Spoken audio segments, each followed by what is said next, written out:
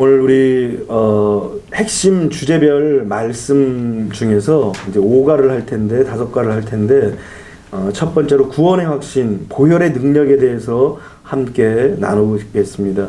우리가 따로따로 개인적으로 할 때는 성경을 찾아가면서 하는데 오늘 시간이 좀 너무 많이 걸리니까 성경을 좀 찾아왔습니다. 여러분들 교환을 좀 보시면서 하나님의 말씀을 나누겠습니다. 이제 구원의 확신, 보혈의 능력을 하나님의 말씀을 우리가 함께 나눠보려고 합니다. 첫 번째로 우리가 말씀을 통하여서 깨달아야 될 것은 고린도전서 8장 1절에 보면 우상의 제물에 대하여는 우리가 다 지식이 있는 줄을 아나 지식은 교만하게 하며 사랑은 덕을 세우나니 라는 말씀이 있습니다. 그런데 오늘 성경을 보니까 지식이 있는 줄을 아나 지식은 교만하게 한다고 얘기합니다. 우리가 하나님의 말씀을 많이 듣고 많이 이제 알다 보면 어떤 마음이 생깁니까? 우리의 마음속에 그 말씀을 다 안다라고 착각할 때가 많다라는 거예요. 이것은 어떤 마음이라고 얘기합니까? 지식은 교만하게 한다고 그랬어요. 그래서 성경 말씀은 하나님의 말씀으로 받는 것이지 그것이 지식이 아니라는 것입니다. 그래서 마치 새로운 지식을 계속 습득하고 배우는 것처럼 하나님의 말씀을 받으려고 하다 보면 내가 아는 말씀이 나오면 내 마음속에 어떤 마음이 이제 심겨지느냐? 내가 아는데 저 말씀 내가 아는데 이런 마음으로 교만한 마음이 찾아올 수 있다라는 거예요.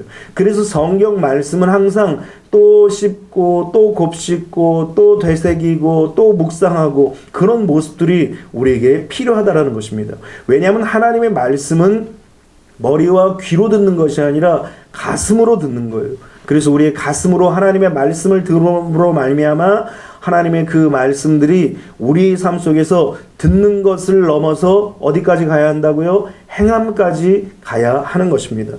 잠언 18장 12절에는 그래서 사람의 마음의 교만은 멸망의 선봉이요 겸손은 존귀의 앞잡이니라 라고 말씀하셨습니다. 하나님이 제일 싫어하는 죄가 뭘 것 같습니까? 물론 많은 죄악들이 있지만 그 중에서 제일 싫어하는 것 중에 하나가 바로 교만이라는 것입니다. 이 교만은 죄이면서도 불구하고 또 죄를 짓게 하는 죄예요. 그러니까 얼마나 큰 죄예요. 다른 죄는 그 죄로 인하여서 죄를 짓는데 이 교만은 죄인데 죄를 짓게 하는 죄라는 것입니다. 또 다른 죄를 짓게 하는 것이 바로 교만인 것입니다. 하나님의 말씀을 두렵고 떨림으로 받아야 되는데 이 교만한 마음이 딱 들어와 버리면은 하나님의 말씀을 내가 판단하고 내가 계산하고 내가 내 머리로 이해하려고 머릿속으로 생각하더라는 것입니다. 그래서 성경은 이러한 교만한 마음은 멸망의 선봉이라고 강력하게 말씀하시고 계신 것입니다. 그래서 우리가 버려야 할 그 마음 중 버려야 할 그 죄 중에 하나가 무엇이냐면 바로 교만이라는 것입니다. 반대로 겸손은 존귀의 앞잡이라고 이야기합니다. 그럼 교만은 뭡니까? 나를 낮추는 것인데 뭘 낮추는 거예요? 하나님의 말씀 앞에서 나 자신을 낮추는 거예요. 그래서 하나님의 말씀이 선포되면 낮은 나는 마치 위에서 물이 흘러내리듯이 하나님의 말씀을 내가 받는 거예요. 그래서 하나님의 말씀은 높이고 나는 낮아져서 그 말씀을 받는 것, 이것이 바로 성경에서 말하는 겸손인 것입니다. 그래서 이렇게 겸손한 자에게는 오히려 존귀를 받게 되는 놀라운 은혜가 있게 된다라는 것입니다. 근데 사람들은 어떻습니까? 내 마음속에는 그런 것이 없어. 내 마음속은 항상 교만하지 않고 겸손해 라고 생각하지만 성경은 우리에게 단호하게 뭐라고 말씀하시느냐? 잠언 16장 2절에 사람의 행위가 자기 보기에는 모두 깨끗하여도 여호와는 심령을 감찰하시느니라. 우리의 내면을 이렇게 우리 자신이 돌아보면 뭐가 잘못됐는지 뭐가 바꿔야 될 문제인지 뭐를 새롭게 해야 될지 잘 몰라요. 그러다 보니까 내가 깨끗이 보이는 거예요. 그래서 세상 사람들을 보면은 자기들은 죄가 하나도 없어요. 신문지상이나 아니면 뉴스에서 어떤 죄를 진 사람이 걸려 들어가면 그러면서 저 사람을 정죄하지만 실제로 우리의 마음을 찬찬히 뒤돌아보면 우리의 마음을 다시 돌아보면 우리의 마음속에 숨겨진 죄악들이 사실은 더 많더라는 거예요. 그거를 누가 발견하시느냐? 하나님이 보신다라는 거예요. 그래서 성경은 여호와는 심령을 깊은 곳 사람들이 알지 못하는, 심지어는 자기 자신도 보지 못하는 그러한 모습들을 보게 하는 거예요. 사람들의 의식에는 세 가지가 있다고 그러잖아요. 의식과 그 다음에 전의식과 무의식이 있어요. 의식은 모두가 다 생각하는 의식들이 있고, 그 다음에 무의식이라는 세계가 있어요. 이건 자신도 몰라요. 내 자신 속에 무엇이 담겨 있는지 남도 모르지만 자기도 몰라요. 심지어는 또 전의식이 있어요. 내가 느낄 때도 있고 느끼지 못할 때도 있습니다. 언제 말았느냐 자기를 부인할 때도 있지만, 때로는 자기를 돌아보는 현자 타임이라고 그러잖아요, 요새. 그런 말이 있듯이 자기를 돌아보는 시간이 순간순간 찾아올 때가 있다라는 거예요. 그런데 하나님은 늘 우리의 의식과 우리가 가지고 있는 전의식과 또 심지어는 우리 깊은 곳에서 우리조차도 생각하지 못하는 그런 무의식의 세계까지도 다 감찰하신다라는 것입니다. 그러니까 하나님은 겉모습만을 보는 것이 아니라 뭘 본다고요? 중심을 보시는 거예요. 우리의 속마음까지, 우리의 마음의 깊은 것까지 다 들어보다 보신다라는 거예요. 그래서 세상이 말하는 죄와 성경이 말씀하시는 죄는 완전히 달라요. 여러분 마태복음 5장 27절로 28절을 보세요. 또 가늠치 말라 하였다는 것을 너희가 들었으나 나는 너희에게 이르노니 여자를 보고 음욕을 품는 자마다 마음에 이미 가늠하였느니라 그랬어요. 여러분 이 말이 무엇입니까? 가늠하는 것이 죄지요, 물론. 그런데 이 죄가 단지 행동으로 옮기는 죄뿐만 아니라 마음으로 우리의 생각 속에서 저 사람 참 이쁘다, 저 사람 참 멋있다, 그런 마음에 야릇한 생각을 가져다는 그것까지도 가늠이라는 거예요. 그래서 성경이 말씀하시는 이 죄는 벌써 마음에서 품은 그 모습으로 인하여서 하나님 앞에서 죄를 지은 것과 똑같이 보신다는 거예요. 세상에서는 어떻게 얘기합니까? 꼭 가늠을 해야 죄이지만, 그러나 하나님이 보실 때는 마음으로 가늠한 것까지도 이미 가늠한 죄를 범했다라는 거예요. 그래서 예수님께서 회당에서 말씀하실 때 가늠하다 현장에 잡힌 여자를 머리채를 휘어잡고 남자들이 쫙 끌고 질질 끌고 예수님 앞에 막 탁 내동댕이 칩니다. 그러면서 율법에는 이 여인을 돌로 치라고 하셨는데 당신은 어떻게 하시겠습니까? 그러면서 예수님께 도전을 하는 거예요. 그러자 예수님이 어떻게 하십니까? 땅바닥에 뭔가를 쓰시는 거예요. 뭔가를 쓰십니다. 그런데 놀라운 사실은 지금 돌을 들고 살기가 등등한 그 남정네들이 돌을 하나씩 하나씩 놓고 떠나가는 거예요. 왜 그래요? 그 양심에 예수님께서 쓰신 글귀를 보며 찔린 거예요. 그래서 결국은 그들 마음속에서, 삶 속에서 사람들에게 걸리지 않았던 그 모든 것들이 다 죄였다는 사실을 깨닫고, 나도 죄인이구나, 나도 죄인이구나, 그런 것을 깨닫고 죄 없는 자가 돌로 치라고 하는 그 주님의 말씀을 듣고 돌을 하나씩 내려놓고 떠나가는 거예요. 이렇듯이 죄는 우리의 마음에서부터 갖는 그것으로부터 시작하여서 죄가 시작되는 것입니다. 또 요한일서 3장 15절에 보면 그 형제를 미워하는 자마다 살인하는 자니 살인하는 자마다 영생이 그 속에 거하지 않는 것을 너희가 아는 바라. 미워하는 자마다 살인한대요. 사실 우리가 살면서 미워하는 사람들이 한둘 생기기도 하잖아요. 철천지 왼수같이 생각하는 그런 미워하는 사람도 있고, 또 순간순간 갑자기 때때로 미워하는 그런 사람도 있습니다. 그런데 성경은 이렇게 미워하는 자마다, 형제를 미워하는 자마다 살인하는 자니라고 얘기합니다. 그러니까 미워하는 것조차도, 미워하는 마음조차도 살인이라고 성경은 못 받고 있는 거예요. 그러니까 죄의 그 범위가 굉장히 넓은 거예요. 꼭 경찰에 잡혀가야 죄를 지는 것이 아니라, 뭘 꼭 드러나야 죄를 짓는 것이 아니라, 그것이 바로 마음에서 품었던 그 생각과 그 품었던 중심으로 인하여서 그것이 바로 죄가 된다고 성경은 말씀하십니다. 그런데 더 큰 문제는 무엇이냐면, 성경이 죄에 대해서 어떻게 결과를 말씀하시느냐, 로마서 6장 23절에 보니까 죄의 싹은 사망이라고 얘기한 거예요. 그러니까 하나님 앞에 이런 마음으로부터 지었던 죄악들, 이런 교만한 죄악들, 이런 하나님의 말씀을 무시했던 그 죄악들, 이런 것으로 인하여서 우리는 결국 죽음에 이른다라는 거예요. 그러니까 인간의 운명은 그래서 사망이고 죽음인 거예요. 아담과 하와에게 선고하시고 선포하신 그 죽음이 모든 인간들에게 저촉되어서 모든 인간은 이 죄로 인하여서 사망에 이르는 것이 그 죄의 값인 것입니다. 그럼 우리가 살 길은 무엇이겠습니까? 레위기 16장 1절로 2절의 말씀을 보니까 아론의 두 아들이 여호와 앞에 나아가다가 죽은 후에 여호와께서 모세에게 말씀하시니라.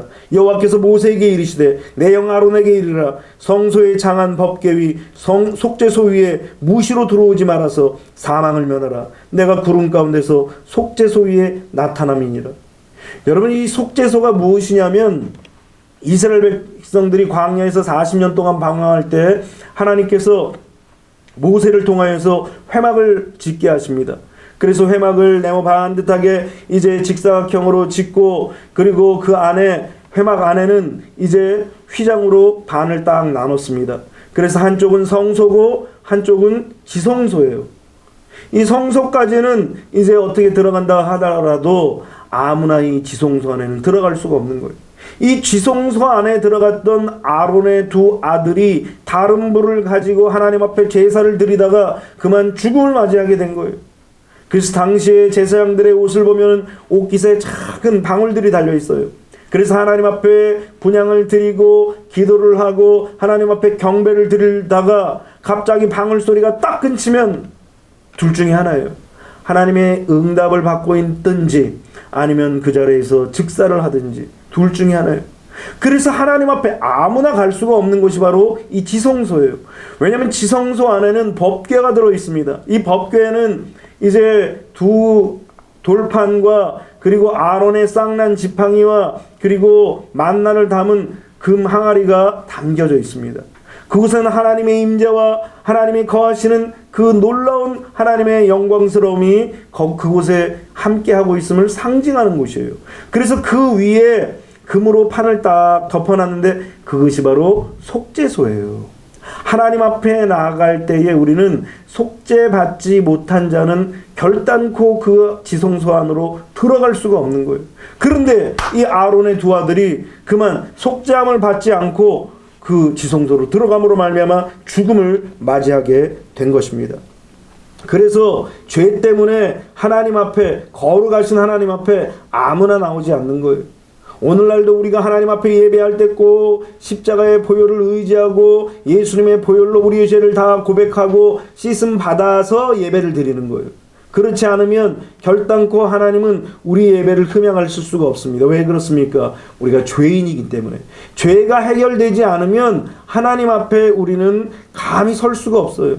결국은 사망을 맞이하게 된다라는 것입니다. 그래서 레위기 14장 14절로 16절에는 그는 또 수송아지의 피를 취하여 손가락으로 속죄소 동편에 뿌리고 또 손가락으로 그 피를 속죄소 앞에 7번 뿌릴 것이며 또 백성을 위한 속죄된 염소를 잡아 그 피를 가지고 장 안에 들어가서 그 수송아지 피로 행함같이 그 피로 행하여 속죄소 위와 속죄소 앞에 뿌릴지니 이 곧 이스라엘 자손의 부정과 그 범한 모든 죄로 인하여 지성소를 위하여 속죄하고 또 그들의 부정한 중에 있는 회막을 위하여 그같이 할 것이요. 그러니까 이스라엘 백성들의 그 부정을 씻으려면 뭐가 있어야 된다고요? 피의 그런 희생이, 피 뿌림이 있어야 한다는 것입니다. 피를 뿌리지 않으면 죄를 가지고 있는 인간이 하나님 앞에 결단코 설 수 없다라는 거예요. 그래서 21절에 아론은 두 손으로 산 염소의 머리에 안수하여 이스라엘 자손의 모든 불의와 그 범한 모든 죄를 고하고 그 죄를 염소의 머리에 두어 미리 정한 사람에게 맡겨 광야로 보낼지니 그랬어요. 이게 바로 대속물이라는 거예요. 그러니까 대속물을 정하여서 피를 다 뿌리고 나서 이 대속물을 정하여서 어떡합니까? 이 대속물에게 욕을 하고 죄를 전가시키고 그리고 채찍질하고 그리고 광야에 내모는 거예요. 누구를 대신하여서 대속물이 이렇게 희생을 당하는 것입니까? 바로 사람들의 죄를 짊어지고 이 대속물이 광야로 버려지는 거예요. 그래서 예수님께서 매를 맞으시고 골고다 길을 올라가시고 그 갈보리에서 십자가에서 죽으심을 당하셨던 것입니다. 그런데 이 대속물의 유래는 어디서 나오냐면 출애굽기 12장 7절 말씀입니다. 그 피로 양을 먹을 집 문 좌우 설주와 임방에 바르고 내가 그 밤에 애굽 땅에 두루 다니며 사람과 짐승을 물어나고 애굽 나라 가운데 처음 난 것을 다 치고 애굽의 모든 신에게 벌을 내리리라. 나는 여호와로라. 내가 애굽 땅을 칠 때에 그 피가 너희의 거하는 집에 있어서 너희를 위하여 표적이 될지라. 내가 피를 볼 때에 너희를 넘어가리니 재앙이 너희에게 내려 멸하지 아니하리라. 하나님께서 구약의 이스라엘 백성들, 구약의 성도들을 위해서 살 길을 주셨는데 그것이 바로 유월절 그 행사인 것입니다. 유월절이 뭡니까? 패스오버라고 해가지고 넘어갔다라는 거예요. 뭘 넘어갔느냐? 마지막 이스라엘 백성들에게 탈출할 수 있도록 하나님께서 애굽에 10가지의 재앙을 내리셨는데 그 마지막 10번째 재앙이 장자가 죽는 재앙이에요.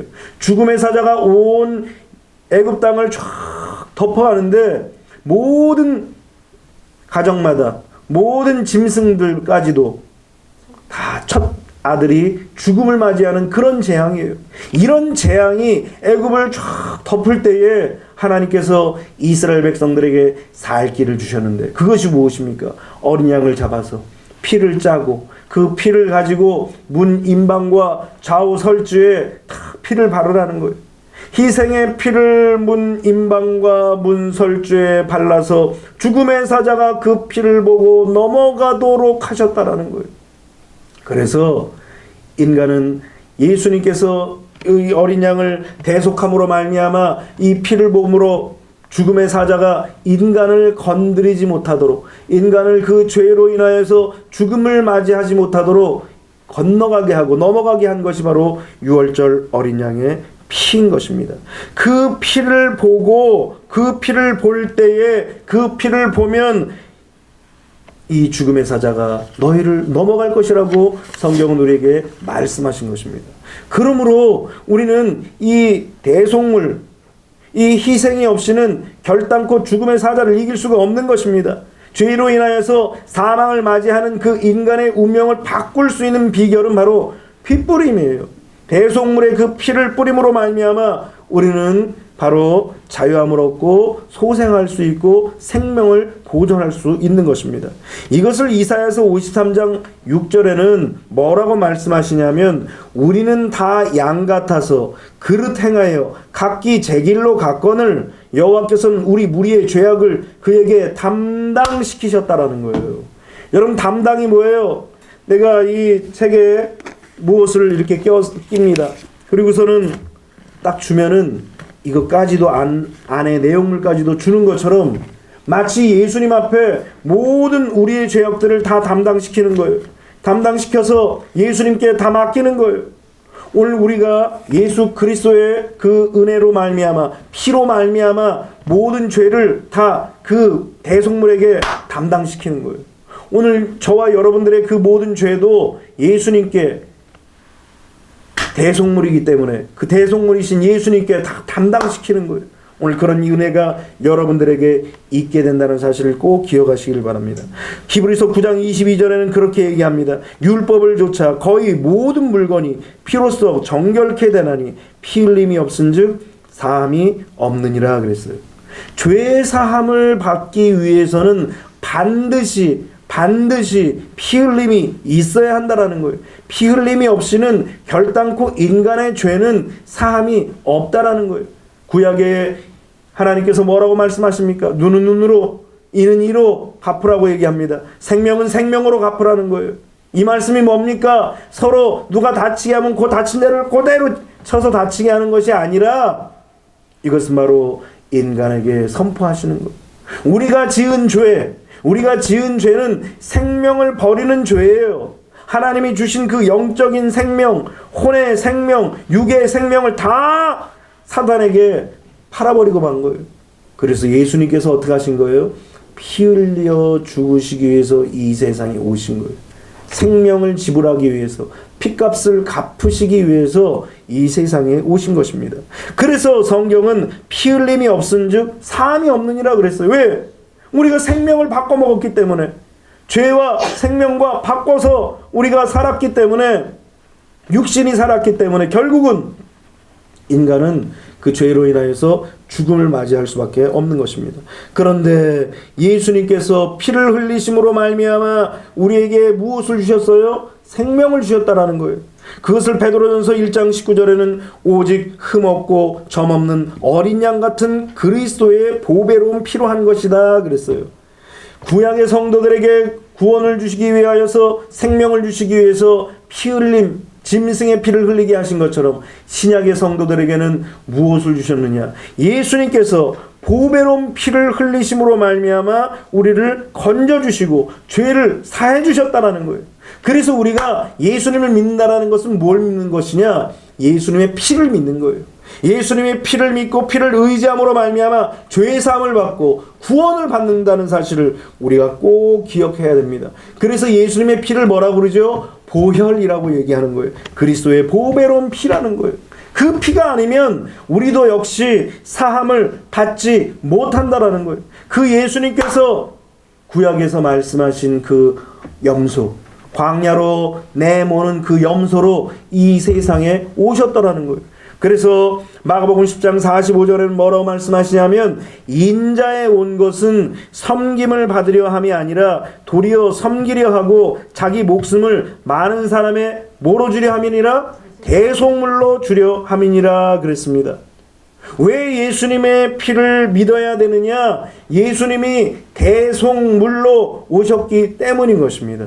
대속물이 뭐예요? 우리를 대신하여서 값을 치르는 대상이라는 거예요. 우리는 우리의 힘으로, 우리의 능력으로, 우리 자신으로는 결코 죄의 값을 치를 수가 없어요. 생명을 생명으로 바꿔야 되기 때문에 우리의 생명으로, 죄인의 생명으로 결단코 죄를 사할 수 있는 능력이 없는 것입니다. 그런데 예수님께서 대속물로 오셔서 우리를 위해서 죄를 다 담당하셨다라는 거예요. 놀라운 하나님의 은혜인 것입니다.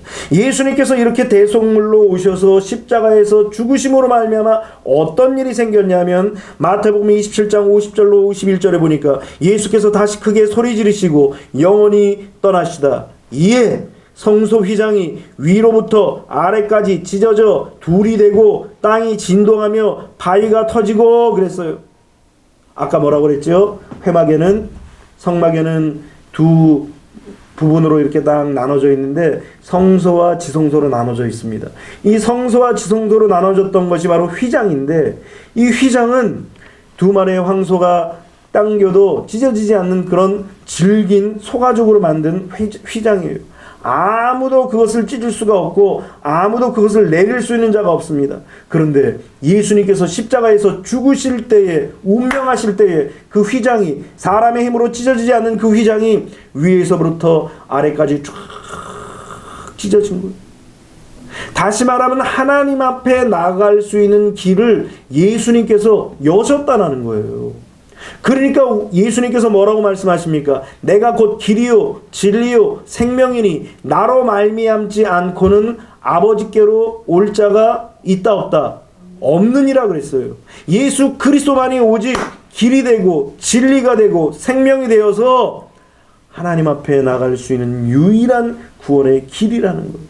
예수님께서 죽으심으로 말미암아 하나님과 우리와의 관계가 나눠졌던 그 관계가, 불통이었던 관계가 다시 한번 이제 회복되는 놀라운 역사가 일어나는 것이 바로 휘장이 찢어지는 그런 역사인 것입니다. 길이 열린 거예요.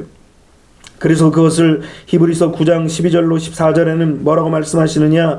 염소와 송아지의 피로 아니하고 오직 자기 피로 영원한 속죄를 이루사 단번에 성소에 들어가셨느니라. 염소와 황소의 피와 및 암송아지의 죄로 부정한 자에게 뿌려 그 육체를 정결케 하여 거룩케 하거든. 하물며 영원하신 성령으로 말미암아 흠없는 자기를 하나님께 드린 그리스도의 피가 어찌 너희 양심으로 죽은 행실에서 깨끗하게 하고 살아계신 하나님을 섬기게 못하겠느뇨. 그렇게 말씀하시는 거예요. 이 말이 무슨 말이냐면 구약 시대에 이렇게 짐승의 제사를 드림으로 말미암아 짐승의 피를 뿌려서 사함을 받았는데 영원하신 하나님이신 예수님께서 우리를 위하여서 이 세상에 오셔서 죽으신 거예요. 피를 뿌리신 거예요. 그것으로 어떻게 짐승의 제사만도 못하겠느냐 이 얘기를 하시는 거예요. 하다못해 짐승의 피로도 사람을 구원한다고 하는데 예수님의 피가 우리를 구원하신다는 사실을 성경은 우리에게 말씀하십니다. 그러면서 뭐라고 말씀하시냐면은 오직 자기 피로 영원한 속죄를 이루었다라고 얘기합니다. 구약의 제사는 어때요? 죄를 지을 때마다 피를 흘려야 돼요. 죄를 지을 때마다 짐승을 잡아야 돼요. 그러면 얼마나 시간도 그렇고 물질적인 것도 그렇고 얼마나 고통스럽고 힘들겠어요. 그런데 예수님께서 이루신 이 속죄는 단번에 이루셨지만 영원한 속죄라는 거예요. 어떻게 이런 일이 일어납니까? 히브리서 10장 17절에 또 저희 죄와 저희 불법을 내가 다시 기억하지 아니하리라 하셨으니, 여러분 우리가 지은 죄가 어렸을 때부터 지금까지 얼마나 많은 죄를 졌겠습니까? 인생을 살아오면서 또 원죄도 있는 데다가 또 자범죄까지 지으니 얼마나 그 죄가 그야말로 뭐 어느 스님 말처럼 수미산처럼 쌓이는 거예요. 엄청난 죄로 인하여서 우리는 결단코 그 죄로 인하여서 우리는 살 수가 없는 그런 존재라는 것입니다. 그런데 오늘 예수님께서 속죄를 이루심으로 말미암아 다시 기억하지 아니하리라 그랬다라는 거예요. 우리의 지은 이전의 죄, 과거의 죄, 또 현재 우리가 지은 죄, 그리고 또 미래에 지을 수밖에 없는 그런 상황에 봉착한 죄악까지도 예수님께서 다 기억하지 않으신다라는 거예요. 그래서 19절에 뭐라고 말씀하시느냐? 그러므로 형제들아 우리가 예수의 피를 힘입어 성소에 들어갈 담력을 얻었나니. 아까 뭐라고 그랬죠? 아론의 두 아들은 죄를 가지고 성소에 들어감으로 말미암아 급살을 맞은 거예요. 그런데 오늘 예수님께서 우리의 모든 죄를 다 씻어주심으로 말미암아 우리가 성소에 들어갈 용기를 얻은 거예요. 그러니까 우리의 능력으로는 할 수 없었지만 예수님께서 대속하심으로 말미암아 우리가 감히 하나님 앞에 설 수 있는 그런 존재가 되었다라는 거예요. 생각해 보십시오. 이사야는 하나님 앞에 제사를 드리다 갑자기 하늘나라가 막 열린 거예요. 영계가 딱 열린 거예요.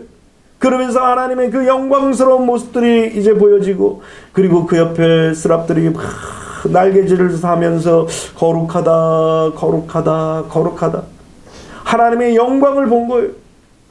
그러자 이사야가 뭐라고 얘기합니까? 화로다 나여 망하게 되었도다. 내가 죄인인데도 불구하고 저 전능하신 하나님을 배웠으니 내가 어떻게 살 수 있겠느냐, 그러면서 자신이 이제 죽을 것 같이 생각했던 거예요. 그만큼 하나님의 영광은 영화로우시지만 죄 많은 인간에게는 두려움이 찾아온 거예요. 그런데 예수님께서 속죄하심으로 말미암아 우리가 그 하나님 앞에 들어갈 담력을, 용기를 얻게 되었다라는 거예요. 이 얼마나 큰 은혜와 큰 사랑인 것입니까? 그래서 히브리서 10장 10절에는 이 뜻을 좇아, 이 뜻이 뭐예요? 구약의 제사의 뜻을 좇아서 예수 그리스도의 몸을 단번에 들이셨다라는 거예요. 구약의 제사를 드리는 거 보면 너무나 잔인합니다. 짐승의 껍질을 다 벗기고 피를 쫙 짜내고, 그리고 뼈 사이마다 다 각을 떠가지고 쪼개놔서 수북히 쌓아놓고 불로 태우는 거예요. 예수님께서 이 뜻, 이 하나님의 뜻을 쫓아서 친히 대속물이 되어서 속죄해 주셨다라는 거예요. 그렇게 단번에 들이심으로 말미암아 우리에게 더 이상 구약의 번거로운 제사를 드리게 하는 것이 아니라 단번에 들이심으로 말미암아 우리를 어떻게 하셨어요? 거룩함을 얻게 하신 거예요. 그러니까 죄인이 예수님으로 말미암아, 예수님께서 피 흘리심으로 말미암아 단번에 의인이 되게 하셨다라는 것입니다. 그래서 우리가 주님을 섬기는 이유가 무엇이냐, 이렇게 예배하는 이유가 뭐냐면 죄 사함의 은혜를 주신 것이 감사하여서 봉사도 하고 헌신도 하고 예물도 드리고 전도도 하고 또 주님 앞에 우리 자신을 드리기도 하는 거예요. 죄 사함의 은혜가 너무나 감사하니까. 여러분, 우리가 만일 죄 사함을 받지 않았다면 이렇게 예배 드릴 수도 없고, 우리가 만일 죄 사함을 받지 못한다면 저 영혼은 천국에도 들어가지 못하는 것입니다. 오직 거룩한 자만이 들어가는 곳, 그곳이 어디라고요? 천국인 것입니다. 그래서 계시록 7장 9절에는 뭐라고 얘기합니까? 이 일 후에 내가 보니 모든 것들을 마치고 이제는 하나님의 그 계신 곳에 들어가는데, 그곳이 어디라고요? 천국이 천국.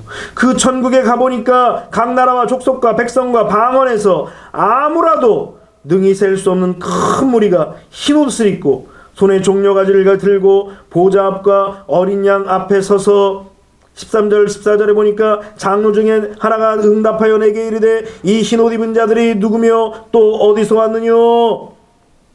아니, 수많은 사람들이 흰 옷을 입고 마치 종려가지를 흔들면서 예수님께서 예루살렘을 입성하실 때 호산나 그렇게 외쳤던 것처럼 사람들이 흰 옷을 입고 종려가지를 들고 그리고 보좌 앞에 어린 양 앞에 다 서 있는 거예요. 그러니까 24장로 중에 하나가 뭐라고 얘기하냐면 흰 옷 입은 자들이 누구며 어디서 왔냐라고 묻자 뭐라고 얘기하느냐? 내가 가로되 내 주여 당신이 알리이다 하니 그가 나더러 이르되 이는 큰 환난에서 나오는 자들인데 어린 양의 피로 그 옷을 씻어 희게 하였느니라 그랬어요. 여러분, 우리가 천국에 가면은 뭐 이런 알록달록한 옷을 입지 않습니다. 빨간 옷도 입지 않고 퍼런 옷도 입지 않아요. 오직 무슨 옷을 입느냐? 흰 옷을 입는데 이 흰 옷이 무엇입니까? 어린 양의 보혈로 우리의 모든 죄가 다 씻어져서 깨끗하고 정결한 그런 옷을 상징하는 거예요. 그러니까 어린 양의 피가 아니면은 인간은 결단코 깨끗한 옷을 입을 수가 없는 거예요.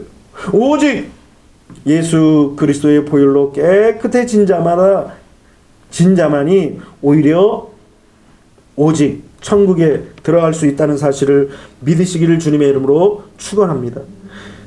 요한 1서 2장 2절에 보니까 저는 우리 죄를 위한 화목제물이니, 화목제물이 뭐라고 그랬죠? 하나님과 우리와의 관계가 깨어졌는데 화목제물로 오심으로 말미암아 친히 하나님 앞에 제물이 되어서 우리 예수님께서 하나님과 우리와의 관계를 회복시키셨다라는 거예요.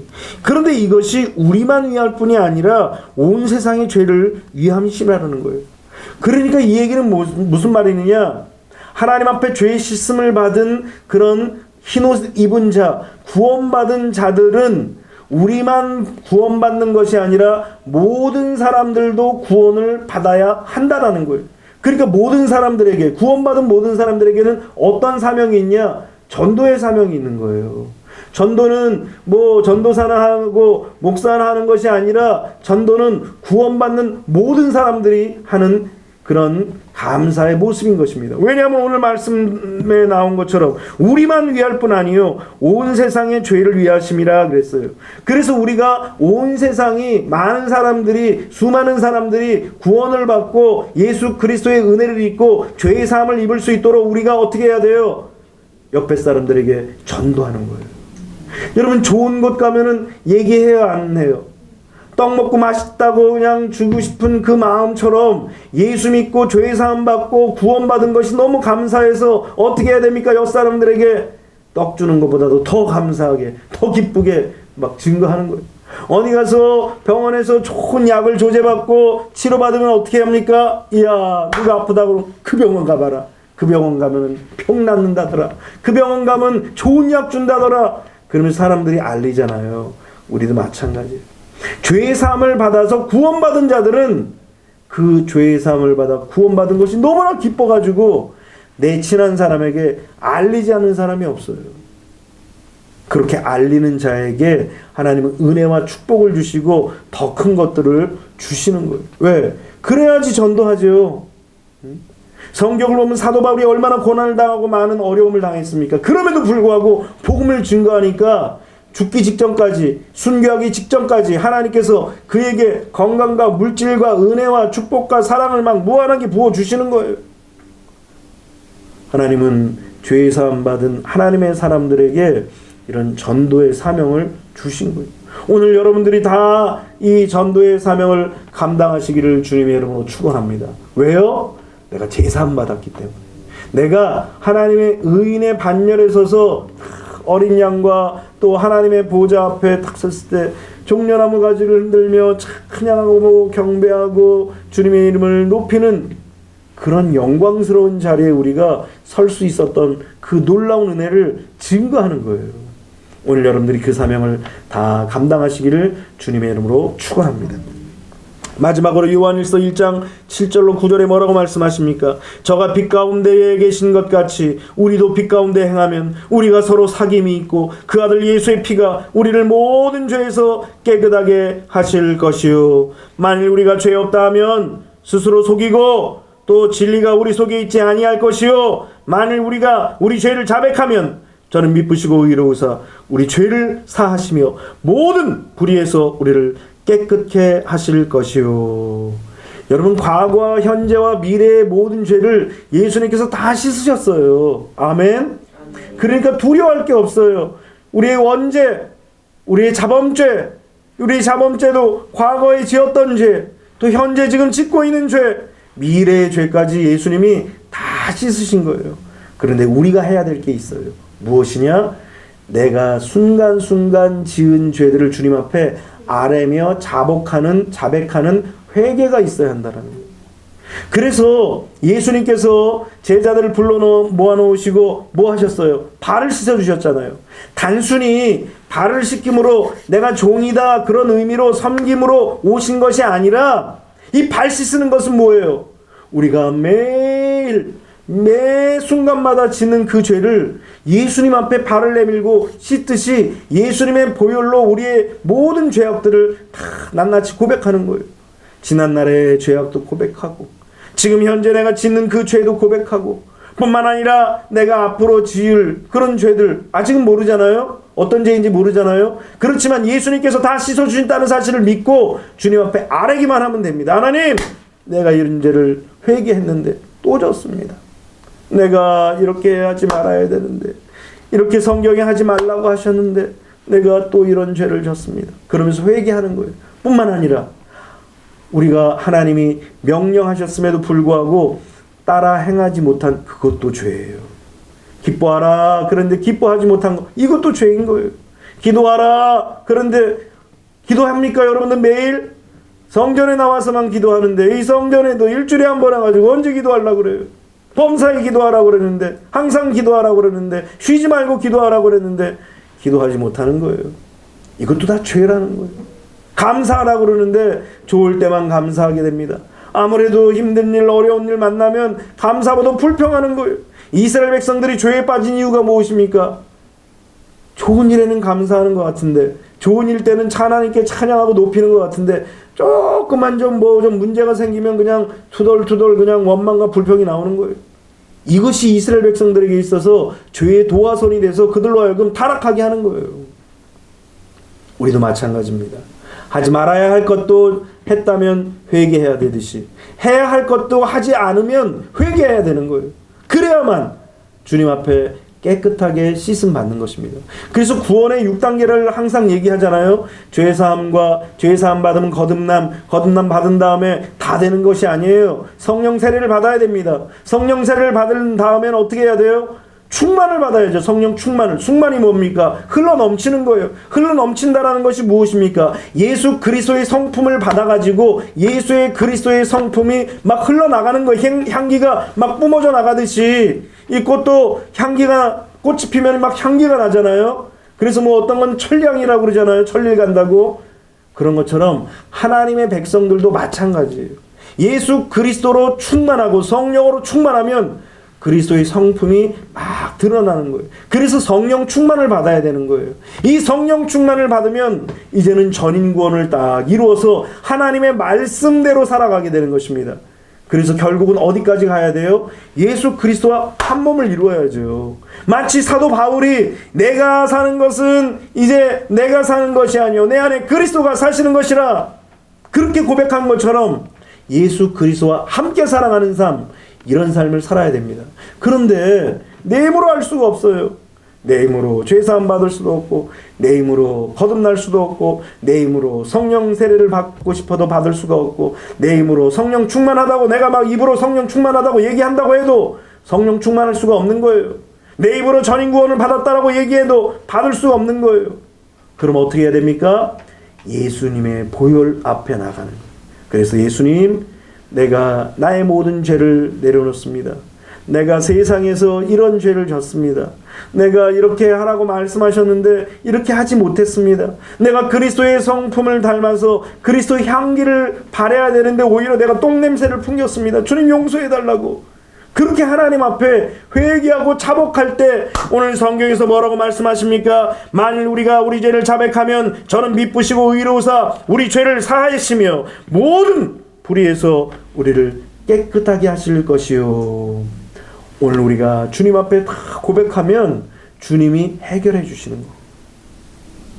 죄로 인하여서 성령 세례를 가로막고 있다면 회개하는 하나님, 내가 노력하지만 안 됩니다. 안 되는 것을 깨달았습니다. 나의 죄를 용서해 달라고. 그렇게 씻으면, 회개하면, 자백하면 주님이 성령 세례를 또 부어주시고, 또 성령 충만 달라고 기도하면서 내가 그리스도의 삶을, 그리스도의 성품을 드러내며 살려고 내 힘으로 쓰다가 또 실패하는 거예요. 그럼 또 회개하는 거예요. 주님, 내 힘으로 안 됩니다. 내가 말씀을 지키려고 애를 쓰는데, 내가 하나님의 뜻대로 살려고 애를 쓰는데, 기뻐하려고 하는데, 기도하려고 하는데, 내가 감사하려고 하는데 내 힘으로 할 수 없습니다. 그러면서 십자가 발 앞에 겸손하게 우리 자신을 내려놓는 거예요. 회개하는 거예요. 그러면 또 주님이 우리의 죄를 씻어주시는 거예요. 그래서 보혈이 이마만큼 큰 능력이 있어요. 만일 예수님이 안 계시다면 우리는 또 소를 잡아야 되고 또 염소를 잡아야 되고 양을 잡아서 피를 뿌려야 되는데, 오늘 우리는 예수 그리스도의 보혈을 뿌림으로 말미암아 우리의 모든 죄를 낱낱이 다 씻음받을 수 있다는 사실을 꼭 기억하시기를 주님의 이름으로 축원합니다. 이것이 바로 구원의 확신이에요. 예수님의 보혈을 믿고 예수님의 보혈 앞에 우리의 죄를 다 고백하는 것, 이것이 바로 구원의 확신인 것입니다. 이 구원의 확신을 꼭 믿으시기를 주님의 이름으로 축원합니다. 어렵고 힘들고 괴로운 인생 속에서 이 보혈의 능력으로 말미암아 힘과 위로와 용기를 얻는 거룩한 주의 백성들이 되시기를 주님의 이름으로 축원합니다. 기도하겠습니다.